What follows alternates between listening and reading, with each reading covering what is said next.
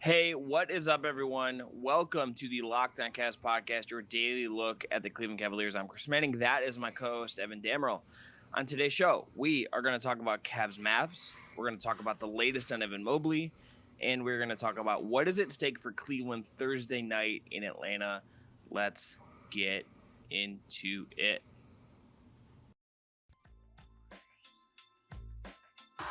Cavs need a three. Sexton works on Irving, trying to get loose. He'll fire. Hey! Knocks it down! Ground. Here goes Okoro to the bucket, and oh my! Okoro throws it down. 10 seconds to go. Here comes Colin Sexton. Sexton chased by Hill. Off to Stevens. Oh my! 45 ticks to go. That shot is blocked by Nance. Get that big stuff out of here. Prince knocks down that Harden pass. Garland's there. Garland upstairs for Allen. Oh, look out! There you go. That's called team ball right there.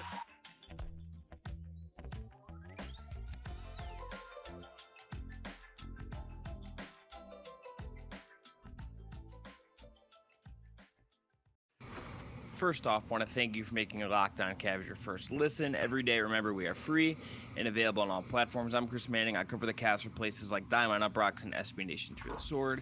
That is Evan Damrell. He primarily covers the Cavs for Facebook's Right Down Euclid, as well as SB Nation Through the Sword, along with me and our great staff over there. Evan, what's going on, buddy? How are you on this Thursday? Not a whole lot. You and I had a case of seasonal migraines last night, I think, with the weather change, so it's a little later. You're seeing Evan before he has showered pre-workout, so this is great. Hair looks good, though. Yeah, no, I try. I complimented on that in my beard a lot. Daryl Reuter from 92 Through the Fan complimented my beard quite a bit the other day, but I'm good, man, all things considered. This was a ugly loss, but I'm all right. How are you? I'm good. Caffeinated. Have had a nice, workout in the morning. It's good stuff. Evan, let's start with Evan Mobley. How do you take your coffee? That's an important question for everyone listening. Usually black. Oh, I like it. Usually straight to the source. Black, or if I do a creamer, it's like just like literally a measured out tablespoon of like an oat creamer. My wife likes buying fun oat creamers when we're at the store, so if she buys one, like today, for instance, I have it's like an oatmeal cookie flavored oat creamer. I'm not a dairy-based creamer guy. I'm like an oat milk boy. So yeah, that's it. Well, I'm a double guy. I keep it simple. I think it's just because whenever I have family come in and they want coffee, fancy creamers usually scare them off, and I just have something basic in my fridge and I just use that. Yeah. But yeah, that's good, and it's good to hear about. I'm sorry to steal your thunder. Where were you taking us? Well, so let's talk about Evan Mobley first, because I think this is the big news of the day. So the Cavs announced on Wednesday that he was gonna be out for Wednesday's game, as well as Thursday's game in Atlanta, which we'll get to later, and Saturday's game against the Knicks. Based on the schedule, based on them also playing a back-to-back on Sunday, and the traveling back, needing to, like, all that goes into it. Maybe he could play on Sunday. Like, they haven't ruled him out yet. The schedule, it makes it hard to imagine him. For me, it's hard to imagine him playing on Sunday, which will rule him out for 4 games since he got hurt on Monday. This is just a big deal. This is a big deal as we get down to the stretch run. The Cavs are running out of time to solidify a top 6 seed if they want to have that. It seems more and more likely that this is going to be a team playing in the play-in, perhaps hosting Brooklyn in the first round of that play-in. And we'll see where that takes us. But Evan, I think this is obviously just an unfortunate thing considering how good Mobley's been and all the injuries this team has had this year. Yeah, you're absolutely correct on that. It's just, I think unfortunate's the best way to put it, really. It's unfortunate that all these injuries are kind of hitting the Cavs at the most inopportune moment for them. And a lot of people say I say suboptimal a lot, so I'm going to try a new word. But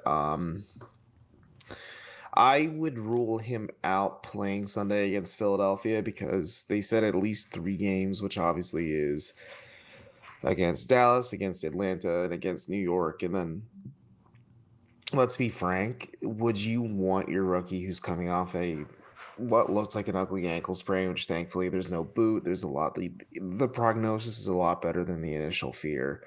Would you want him trying to gear back up against Joel Embiid, or would you rather him maybe do it against the Orlando Magic a few games later in Orlando, and then you have Orlando, Brooklyn, Milwaukee to finish the season, and then like you said, I think they are a play-in team at this point. I just think the Raptors are finding ways to keep winning. Cleveland, I think, losing these games obviously doesn't help either, but it's just unfortunate again to circle back to what we were initially talking about. It's unfortunate the injuries are playing a part in this because it's just limited the overall ceiling of what this Cavs team can accomplish wins wise. Yeah, look, I think this. I think just like if you look at this season, I think when we look back on it and we get to the end of the season, we take some time, we think about how it unfolded. I think unfortunately, just one of the big stories will just be like, this is a team that its body's like, it took lots of injuries and it derailed them. Like, I mean, it started with Colin Sexton, it extended to Ricky Rubio. Mobley missed time before this. Jared Allen has been out now for 12, 13 games, he's missed time. Like Dean Wade, who's not a every night rotation guy, but a useful NBA player, a guy that they turn to at times, tore his meniscus and won't play again this year, right? Like, the Rajon Rondo, who they acquired to replace their injured veteran point guard, has been hampered by injuries. Has never really gotten a rhythm with this team either. Like, it is just a very peculiar thing that has happened to them, and it's bad luck. It's whatever you want to call it. I mean, how Mobley got hurt was just a flow of the game play, right? Like, this wasn't like a dirty play. This wasn't like anything that was like malicious, where you can like feel, I think, especially bad about it. It was like, okay, he's defending Franz Wagner right now, and he just kind of landed awkwardly, and that's going to happen in basketball when guys' legs get on top of each other, and he's going to come down that way. And I think just the reality is, like, we don't know when Jared Allen's going to come back. We don't know what his is going to be like and how good he's going to be when he comes back. There's just like a lot of unknowns, even with like guys coming back and how they're going to look and what their levels are going to be at. And they're getting like, even against a team like Dallas, like you saw them start Moses Brown, which I think was a fair call. Karis LeVert plays maybe the best game he's played as a Cavalier, and it's just like they feel a little outmatched. Talk about that in a bit. Yeah, they feel a little bit kind of just outmanned right now. And like as we both said, that it seems like this is a playing team, and odds wise, that's where they have them. So, Basketball Reference's Basketball Reference's playoff report has them as a 57% likelihood of being the 7th seed right now. That has been a sharp increase in that over the last week or so in terms of where they're likely to end, and that's reflected, I think, in the roster and how they've played. Yeah, especially the roster and how they played. I think a lot of people were wondering why this Cavs team isn't really playing with energy. I just, like you said, they are a car that is low on gas. Literally, the light is on. The light is on, Evan. It is. They on. have four. Well, no. Let's just put it this way: they are 4 miles until they are tapped out. They're 5 miles from the gas station, and they're just running out of time. Like, they came out sharp against Dallas. I think they really battled them in the first half, but I think the lack of defense in Luka Doncic in the third quarter definitely played a factor, but you could tell the Cavs were playing on dead legs, especially in the fourth. Like, they looked tired, and they couldn't capitalize on Luka sitting in the fourth quarter either because of how tired they were. And that's just the unfortunate reality of the situation. And look, people can look at this as excuses, and I ultimately we have to judge them based on how things go to some degree, right? But yeah, I think you just look at where they're at, and it's like Moses Brown is fine. He's done some stuff that is interesting, whatever. Like, there's just going to be also, like, not only is the effort going to be different because the gas tank on this team is running low, but you're having a drop off in player quality. Moses Brown is like at best like kind of just a replacement level average kind of NBA guy. Like could have a role in this league for a long time, whatever. Evan Mobley was an All NBA defender as a rookie. Jared Allen was an All-Star this year. These are guys that were the layers behind Cleveland's defense that set that. Like, Moses Brown can't do that. You can't do that with Lauri Markkanen. We've learned, I think, over the last couple weeks that Lauri Markkanen's defensive success this year. And I think this was always sort of suspected, but I think it's become very true that like a lot of his defensive success this year was really propped up by what we saw from from Mobley and Allen. And I think that just puts the Cavs like, I don't know like if I'm looking at like JB Bickerstaff on the telecast last night, there was like a point where they're going to timeout, and he just was like standing off to the side. And he's like looking out in the court, and it's just like, I don't think it was really this, but it's just like you almost think he's like just looking out, being like, how did I end up in this situation? Because everything is just like every plan they laid. There's just like, no, this isn't plan A, B, or C territory. This is like like into like the middle of the alphabet territory, and just in terms of finding things to make work. That's like why Dylan Windler's playing. It's because they're just trying to find any position that works. Yeah. Okay. I could have done O for Ohio, and I didn't. I'm trying to, create some peace between us here, Evan, and yet you're just throwing these Hacker references at me. Here I am. Here we are. I am inevitable. Do you have any final Mobley injury thoughts before we go into break and then come back and where we're going to talk about Cavs Mavs as a whole? Just a quick footnote. The Cavs did sign RJ Nembhard to a regular NBA contract and signed Moses Brown to a two-way deal because his two-way contract, I think, expired today. I was doing the math on that last night. I think it was either today or tomorrow, but they need a body against Atlanta. They need a body against New York, and hopefully they get healthy between now and then and by the playoffs if they get to that point. But I don't dislike the move. I mean, it just makes sense to keep a guy on your roster, especially when maybe you're not able to sign them to a 10-day deal anymore. Yeah. And look, it keeps him in-house, gives you matching rights in the offseason. There are structural advantages to doing that makes some sense. Okay, after the break, we are going to get into Cavs Mavs as a whole, which the Cavs did lose. Again, puts them a little bit behind, not in a tricky position as far as being a top 6 team in East. But Evan, you're going to tell everyone first about our friends from NBA Top Shot. You're absolutely correct. NBA Top Shot is the officially licensed NFT of the NBA. You can connect with a passionate community of NBA fans across the globe and build your collection of favorite moments from NBA history. NBA Top Shot is the future of what being an NBA fan looks like. It's part trading card, part stock market, part fantasy sports with a built-in loyalty program all on top. NBA Top Shot has evolved trading cards and made it easier to buy, sell, and trade by removing the hassle of card grading, shoeboxes, and binders. Their 24/7 peer-to-peer marketplace lets you scroll through all your favorite players and teams. Once you find the moment you've been looking for, you can buy it in a couple of clicks. Now I hear all the time, why would I buy something that I could watch on YouTube for free? And I tell those people that it's not about watching a highlight. It's about having ownership in the stock market of the NBA's greatest moments. And owning NBA Top Shot moments can get you access to unbuyable, once-in-a-lifetime experiences. For example, last year Top Shot flew out a group of fans to Phoenix for Game 5 of the NBA Finals just for having Phoenix Suns moments in their collections. And if you want to get in on that and sign up for NBA Top Shot today, the best way to start doing that is getting yourself a starter pack. And you can pull a moment of a superstar like LeBron or KD, or star rookies like Cade Cunningham or Evan Mobley for just $9 dues. So if you're interested, head over to lockedon.nbatopshot.com to start building your collection today. All right, we're back here on the Lockdown Cavs podcast. I'm Chris Manning. That's Evan Dammerel. We are your daily look at the Cleveland Cavaliers. Evan, so the Cavs lose to the Dallas Mavericks 120-112. They were outscored 39-22 in the third quarter.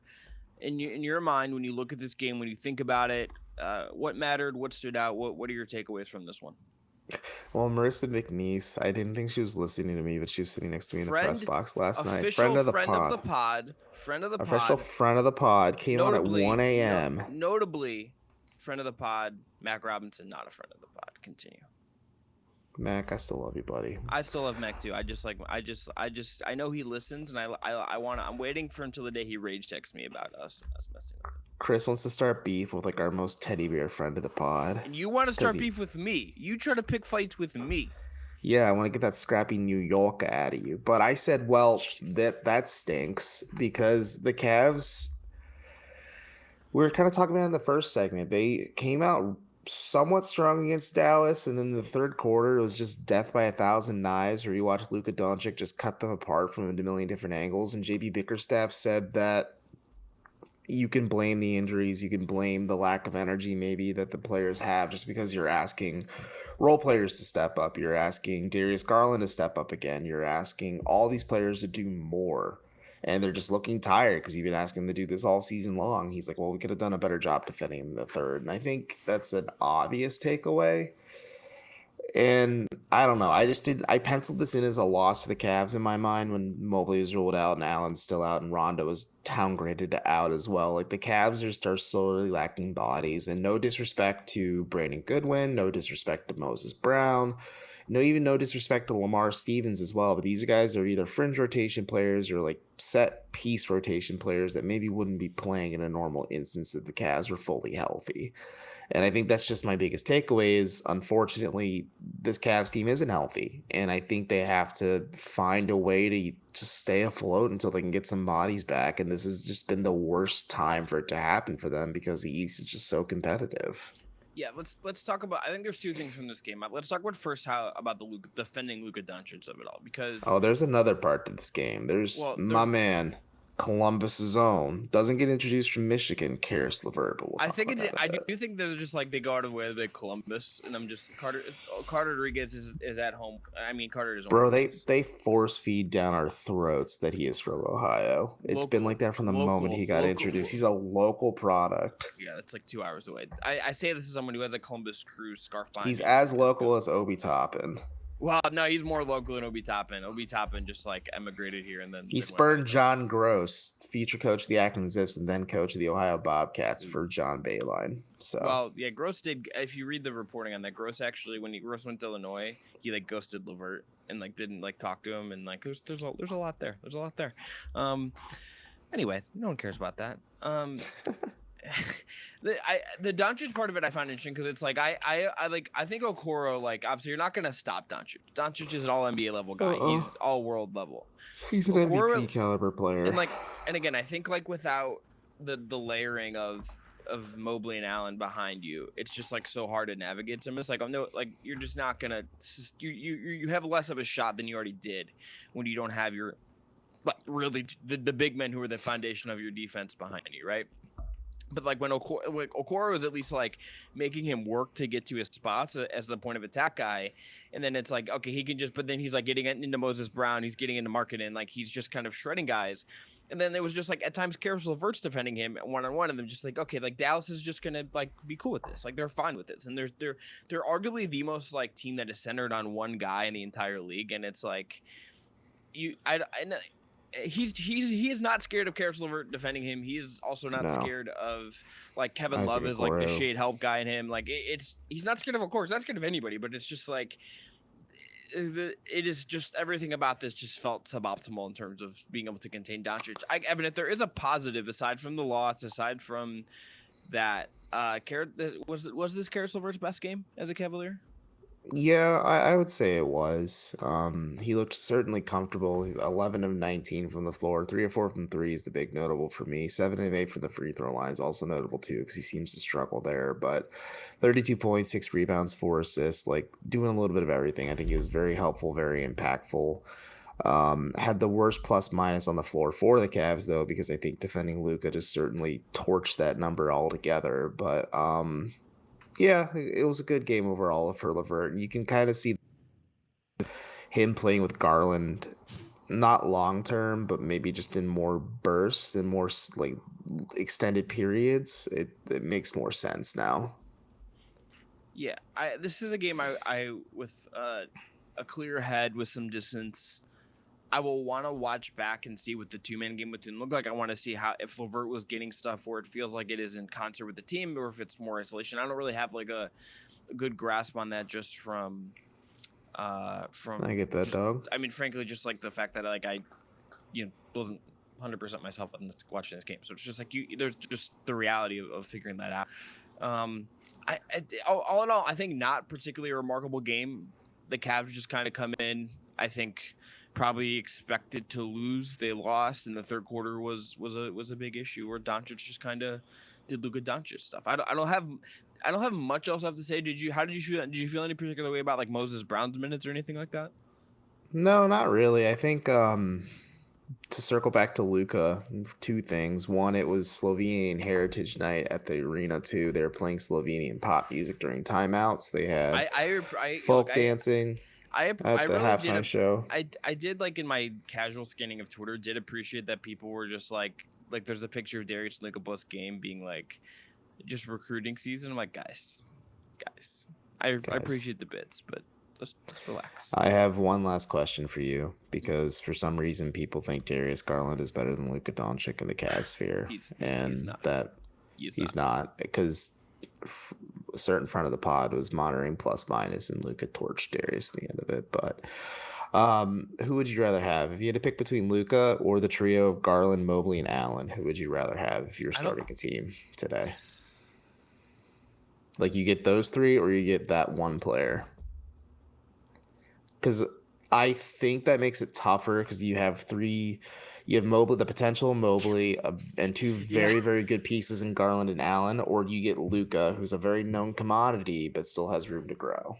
I'm probably going to pick the 3 just because of the Mobley upside. I think I am too. But Luka's like that good where like Luka's that good where you really have to consider it. Like it's an interesting hypothetical. Like, yeah. He's a big wing who plays point like that.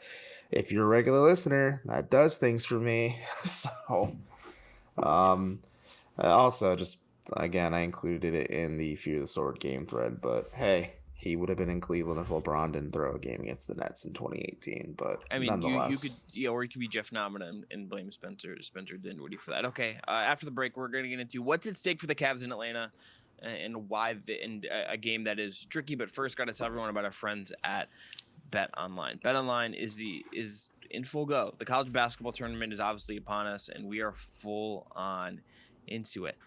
The Cavs, for instance, are also available to bet on BetOnline, and they are -6. They are -6, 6-point underdogs or +6 underdogs against Atlanta on Thursday night. This is with both teams coming off a back-to-back, but Atlanta played the Thunder and won easy, and they're better at home, while the Cavs are obviously battling all these injuries and navigating a very difficult part of the season. At BetOnline, you get all the latest odds, contests, and player props. It's BetOnline.net is the #1 source for all your sports betting needs and info. It remains the best spot for all your sports scores, podcasts, and news this season. And look, they have more than basketball. They are your continued source for sports wagering information needs, including live betting and your favorite Vegas casino games. Again, if you're interested in Cavs games, the Cavs are 6-point underdogs in Atlanta tonight. And remember, that's BetOnline where the game starts. Check them out at BetOnline.net. Evan, so in your mind, what is at stake for the Cavs in Atlanta here? The Cavs coming into this game are 42-34. Atlanta is 39. You said they're 42-point dogs. I'm like, oh my goodness. No, they are 6-point dogs. They are 42-point dogs. That would be them playing the Thunder last night because the Thunder played maybe one at quality NBA. It would have been the Pacers versus the Nuggets in the first quarter. Yes. Hawks come in at 39-37, so the Cavs are still obviously ahead of them in the standings. Running out of time here, I think 6 games left for Cleveland. So, in your mind, what's at stake? I mean, obviously the 6th seed. You're trying to stay competitive in that, and I think JB is a coach who will go down swinging. I think he's been asked once at this point, hey, if the playoff or play-in standing situations kind of cemented in your eyes, would you consider resting guys? I think maybe we'll see that down the stretch if it's becoming more and more clear that Cleveland is a play-in team. Like maybe they don't rush Mobley back, maybe they don't rush Allen back, but this is a game against Atlanta where they're going to try and roll out their best, and their best is Garland and LeVert and Okoro and Markkanen and Love, and it's kind of those 5. And then you're not going to see Jetty Osman, but you're going to see Lamar Stevens, Moses Brown, Dylan Windler, maybe some Brandon Goodwin as well. It's tough. It's tricky. I would assume the same guys are out. The injury report's not out yet as we're recording this, but just based on last night for Atlanta, they're missing some guys too, mostly John Collins, which is kind of beneficial for the Cavs. I think watching Okoro defend Trey will be fun, but I think they're trying to remain competitive for now. But I think once it kind of crystallizes where they stand, maybe we start seeing like JB shut some guys down for the play-in / playoff. Yeah, I think optimally you'd want to probably try to stay in that 7th seed if possible. As we come into this game here, the Cavs are 2 games up on Brooklyn, and they are 2 games back of Chicago and Toronto.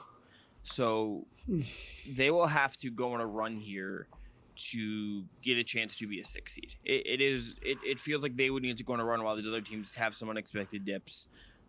Both of these teams have just a handful of obviously games left to go here. The Cavs will play these next 4 games and only have their 6 magic games number. Left. 6 games left. Yeah, they have to go 5-1 to clinch the 7th seed as of today. Yeah, that's how tight the East is. Yeah, and like Brooklyn is at 40-36. They obviously also have 6 games left. One of those is against Cleveland.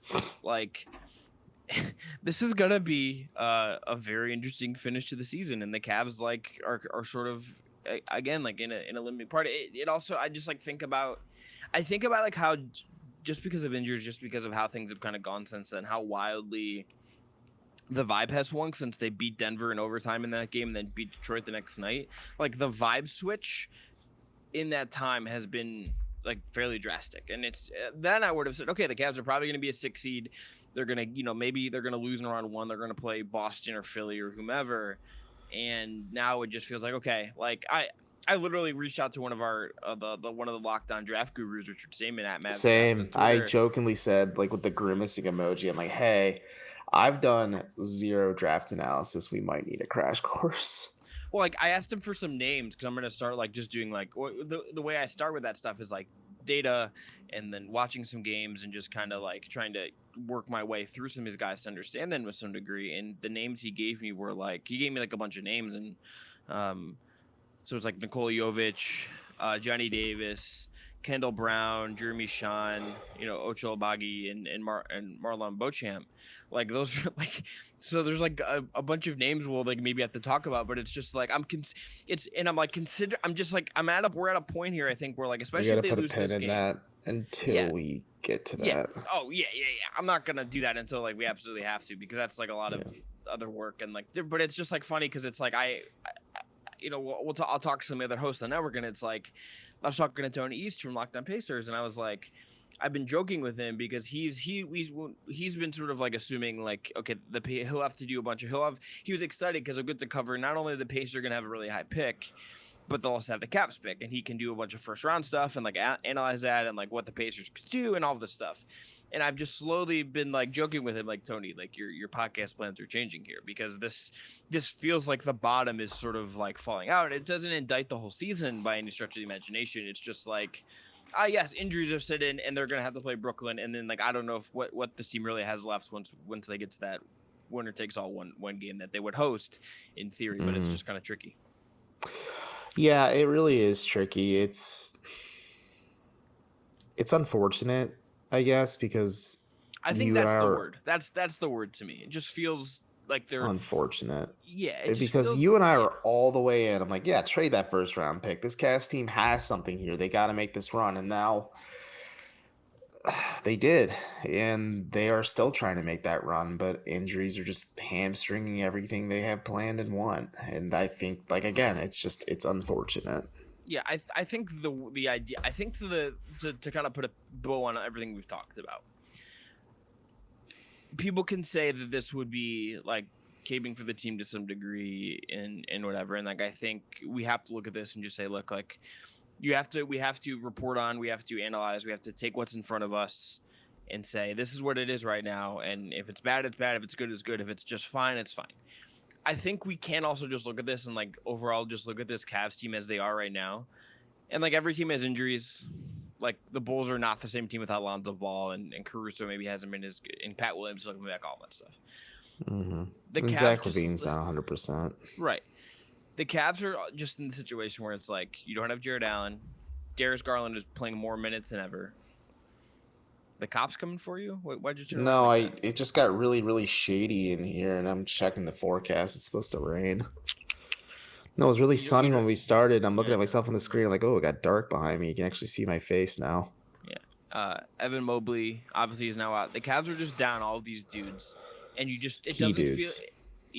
doesn't feel like the identity that the team had when they were good and they were at their best this year. Is it at all in what we're seeing on the court right now as a product of all of that? And like, I don't know totally what I'm going to be like transparent about it. I don't totally always know what to do with that and how to talk. I think that becomes some of the harder stuff to talk about because it's not like our job to make excuses for them, but it is our job to point out what's going on. And it's just like, I just look at this. It's our job to provide insight, analysis, and thoughts on and explain to people maybe who don't fully understand. Like again, the gas station analogy you made, like it was because somebody didn't understand why this Cavs team isn't showing up to every single game. And it's pretty easy to pinpoint that when your two most integral players on defense, on a defensive first team, are out. And you have some dead legs on that court right now. Like it's just that. And that's, again, it's unfortunate. I don't think you see this coming no matter what, obviously. No. And the impact of Allen and Mobley just is severely understated at times. Let me end on this question for you. Sure. If the Cavs are moderately more healthy, like maybe still a little bit tired because of the minutes they played, but like Allen doesn't break his finger in the way he did. Mobley doesn't sprain his ankle. Does this slide happen in the way we're seeing right now? No, I don't think so. I think maybe instead of trying to claw back into the 6th seed, they're jockeying like between 4, 5, and 6, just because it's kind of like we saw it. Like I think at least 5 and 6. 4 feels 4 with how good Boston has been and everything. That's true. 4 feels like the top 4 feel like their own tier to me. Yeah, but like Philadelphia, when they got Harden, clearly separated themselves, as we saw. Miami has been really good. Chicago's been on a slide. The Bucks, so good. Like you said, Boston's been incredible. I don't know. Boston sometimes has weird losses, but I don't know. The Cavs, like, they lost their swagger a little bit, I think, is what I've noticed as well. Like, they don't play with that edge that they usually play with. And I think JB Bickerstaff expecting to play hard for 48 minutes for an 82-game season is coming back to bite them in the butt a little bit. Like, you need to realize it's not just about the regular season. It's about getting to the postseason and being healthy and having as many bodies available as well. Look, I look at this and I think this season is overall still going to come out in a... Oh, it's an overwhelming success of a season. Yeah. Yeah, you should feel overall, I think, pretty good about it. I think it will leave a bitter taste in the mouth when they're all said and done based on just, I think, what they were hoping to accomplish and everything like that. I think I look at this and say, yes, I think they were probably running out of gas to some degree and like maybe running a little bit on fumes even before these injuries set in. But I think the injuries kind of exacerbated some of the issues that were already there, and that puts you in a tough spot as they come down into the season and they go into Atlanta. Look, if they lose this game, and I think Toronto also plays on Thursday, they could be 3 games back. And I think if you're 3 games back with 3 games to go, like you're not going to be a top 6 team. Yeah. No. Yeah. Like 5 games to go. And like that's a very large hill to climb back up to be a 6 seed. So they got if that is what's on line. If they want to be a top 6 team, if they lose, let me ask you this. Yeah. If they lose Thursday, would you be surprised if JB maybe shuts some guys down Saturday against New York and then they come home and try and be competitive, or Saturday against New York and they try and come home and be competitive Sunday against Philadelphia? I would almost think the inverse, because New York should be more winnable than Philly. Yeah, I also just don't have a read on this for JB because we've never seen him navigate this before. That's true. I also don't know if Doc will shut down Harden and Embiid for Sunday's game against Cleveland, because I think they're on a back-to-back as well. Great schedule planning, NBA. Space out the games, NBA. Honestly. Take 10 games off the season and space it out. Back-to-backs At are the so very dumb. least, just space them out. If you don't want to lose the TV money, I understand that, but space out the games. Yep. I think we should put a pin in this for now. We will be back Friday morning to talk about Atlanta and the weekend ahead and all that jazz. But if you're listening to us on audio, subscribe to us on YouTube. If you're watching us on YouTube and you haven't subscribed, what the hell are you doing? We got some stuff in the works. I don't know. What do you got going on, Chris? Not a whole lot. Just a note that on the weekend, sometimes we may throw up like a segment recap or something on these games. We will not be doing that this weekend. I, for one, will. Evan has plans. I am house shopping. Evan is. I'm looking at houses buying all weekend. His third house, and I will be in Columbus attending the Federico Higuain honor ceremony at the Columbus Crew Nashville SC game. So yeah, we'll record after the Sixers game on Sunday, which I think we will both be at, and we'll be back on Monday. So don't look for any weekend stuff. Enjoy the weather. It's getting at least a little bit nicer. There's no snow on the ground today. It's gonna be like in the 60s. In the Cleveland area. 65 and rainy right now. Yeah, look, I'll take that over snow. But be well, stay hydrated. Chris, as soon as Chris says this, there's a wintry mix forecast on Sunday. Look, I'll bring you to Lonnie, Evan. Chew. Marissa McNeese, friend of the podcast, I told her about my caffeine problem and how Chris and I enable each other with it. So, Evan, I had one this morning before I worked out, and guess what? Pretty great. Sponsor the show, everyone. Be well. Talk to you tomorrow.